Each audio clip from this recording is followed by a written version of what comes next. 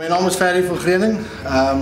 Ek doen liggaamsbou omdat dit gaan oor vir my oor die lewenstyl om in vorm te bly. Dit help my met my gesondheid en ek glo daaraan dat 'n gesonde liggaam huisves 'n gesonde brein. Nou, ek is Zelda van Greening.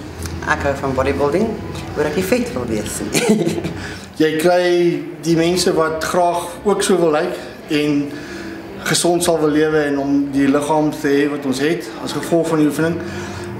Maar dis 'n kwessie van dat hulle is nie bereid om die commitment te maak en daarbey te bly nie en by die dissipline te bly nie. So dis half bietjie neerkykend op jou.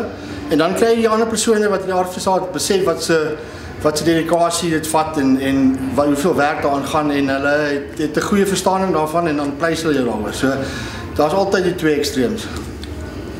Vir die mans is anders as vir vrouens, want hulle sê altyd as die vrouens, ja, julle lyk soos mans en julle is te groot en goeders, maar dit pla my jou mense sê nie, net soos ek daarvan hou, en ek sê niks daarby fout nie.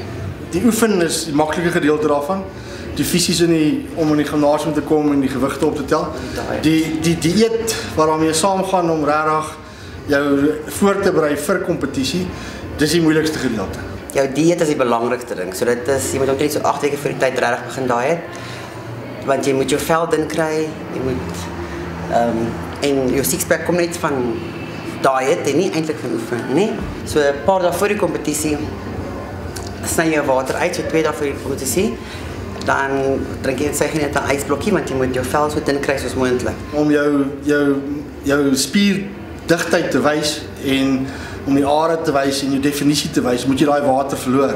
En dis die moeilikste gedeelte. En so jy basies dehydreer jy jou liggaam.